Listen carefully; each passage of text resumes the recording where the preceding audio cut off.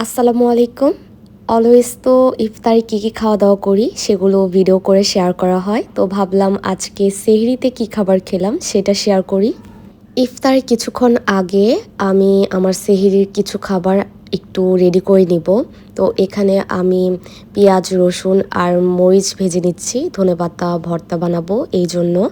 সাথে একটু তেলের মধ্যে ধনেপাতাগুলোকেও ভেজে নিয়েছি। এখন রসুন, পেঁয়াজ, মরিচ দেন পরিমাণ মতো লবণ দিয়ে এই বাটনাতে ভর্তাটা বানিয়ে ফেলবো। এর আগে কখনো এই বাটনাতে আসলে আমি কোনো ভর্তা বানাইনি। আমি তো ফার্স্টে ভেবেছিলাম যে খুব সুন্দর মতো হয়ে যাবে। কিন্তু যখন আমি বাটনাতে ভর্তা বানাতে যাচ্ছিলাম তখন আমার অবস্থা পুরা খারাপ হয়ে গিয়েছে।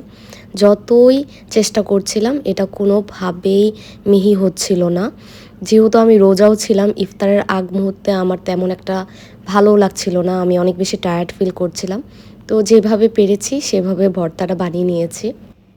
দেন ইফতার করে কিছু টাইম রেস্ট নিয়ে এখন আমি রাতের বেলা ডিম ভুনা করছি। এই ডিমটা ইদানিং আমার এত বেশি ভালো লাগে ডিম ভুনা।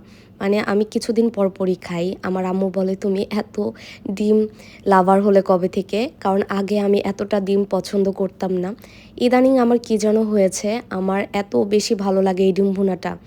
যখনই আমার খাওয়ার কোনো কিছু ইচ্ছা করে না, তখনই আমি এই ডিম ভুনাটা করে খাই। আমার খুবই ইদানিং খুবই পছন্দ। রান্না শেষ করে আমি একটু খাওয়া দাওয়া করে ঘুমিয়ে গিয়েছিলাম। এখন সেহরি টাইম হয়েছে।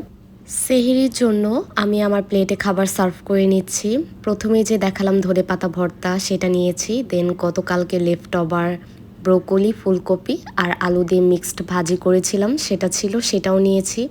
আর ডিম ভুনা। ধনেপাতা ভর্তাটা দেখতে তেমন একটা ভালো হয়নি, বাট খেতে আলহামদুলিল্লাহ মজাই হয়েছিল। আর এই ভাজিটা সবসময় আমার খুবই পছন্দের একটা ভাজি। ভাজি দিয়ে খাওয়া শেষ করে এখন ডিম ভুনা দিয়ে খাচ্ছি। এই যে এরকম নরম নরম ডিম, এটা আমার খুবই পছন্দ। বাইরে সিদ্ধ থাকবে বাট ভিতরে কুসুমটা একটু নরম থাকবে। এরকম ডিম খেতে আমার ভালো লাগে। সেহরির সময়টাতে আসলে সেরকম খেতে ইচ্ছা করে না, বাট আম্মুর প্রেশারে খেতে হয়। আলহামদুলিল্লাহ সব কিছুর জন্য।